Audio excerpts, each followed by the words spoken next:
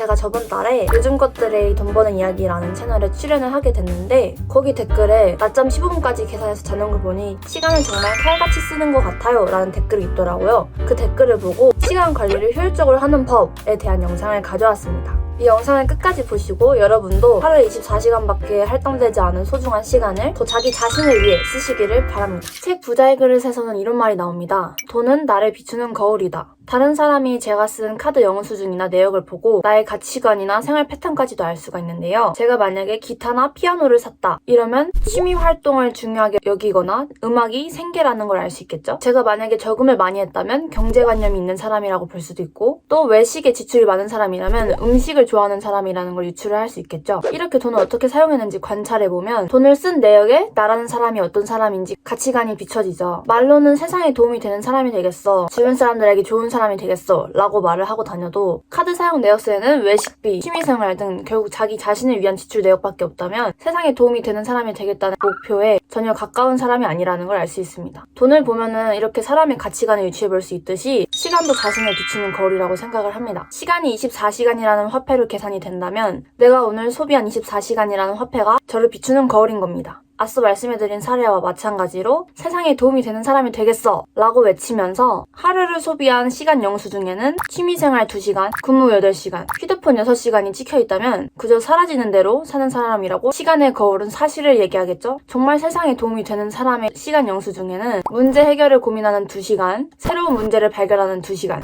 자기계발 서적 4시간 이런 식으로 적혀 있어야 할 거예요. 가정이 중요한 사람이라면 근무 8시간, 경제적 자유를 얻기 위한 2시간, 남편이나 아내, 아이들과 함께하는 시간 1시간 등이 영수증에 찍혀있겠죠. 오늘 영상에서는 시간 관리를 어떻게 효율적으로 하는지 하나부터 10까지 정말 자세하게 알려드릴 테니까 구독과 좋아요 남겨주시고 오늘 영상 시작하도록 하겠습니다. 첫 번째로 시간을 관리하기 이전에 내가 시간을 어떻게 쓰고 있는지 시간 영수증을 먼저 써봐야 합니다. 타임박스 플래너라는 형식이 있는데요. 타임박스 플래너를 굳이 주문할 필요 없이 A4 용지나 남는 공책에 내가 기상한 시간부터 잠든 시간까지 시간을 12시, 1시, 2시, 3시, 4시 이런 식으로 쫙 내려가서 씁니다. 그 다음에 하루 동안 기록을 그냥 해보는 거예요.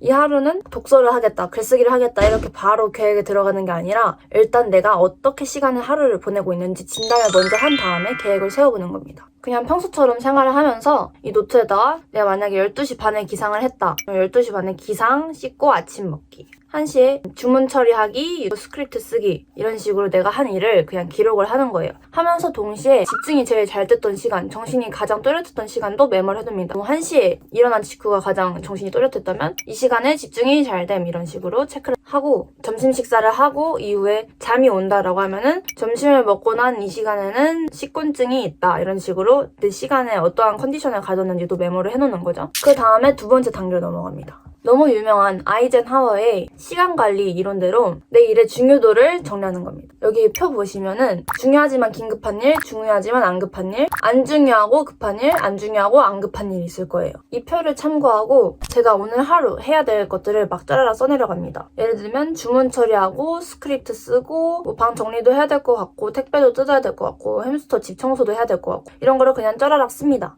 그 다음에 아이젠하워의 시간관리 이론 이 표에다가 그 일들을 배치해서 넣는 거예요. 햄스터 배변을 치우는 일은 급한데 안 중요한 일, 스크립트를 쓰는 일은 급하고 중요한 일, 주문 처리를 하는 일도 급하고 중요한 일, 그 다음에 기획서를 작성하는 일은 급하지만 오늘 당장은 안 중요한 일 이렇게 구분을 하는 거예요. 이런 식으로 네 가지 칸에 오늘 해야 할 일들을 배치를 해줬다면 이제는 아까 전에 했던 타임박스 플래너 있죠? 그 타임박스 플래너에다가 순서대로 배치를 하는 겁니다. 제일 중요한 일이라고 분류를 했던 주문 처리 스크립트를 아침에 눈 뜨자마자 정신 또랑또랑할 때 바로 하는 거예요. 중요도 순대로 오름차순으로 정렬을 해서 하루 일정에 넣어주시면 됩니다. 아이젠하워 시간관리표를 볼 때 또 중요한 점은 급하고 중요한 일은 지금 당장 해야 하고요. 중요한데 안 급한 일은 언제 할지 날짜를 딱 점 찍어두는 겁니다. 계획을 해두셔야 돼요. 내일 몇 시에 이 일을 1시간 동안 하겠다라고 계획을 세웁니다. 안 중요하고 안 급한 일은 다른 사람에게 맡길 수 있는 일이라면 맡깁니다. 그리고 안 중요하고 안 급한 일은 버립니다. 그냥 제 하루 일정에서 지워버려요.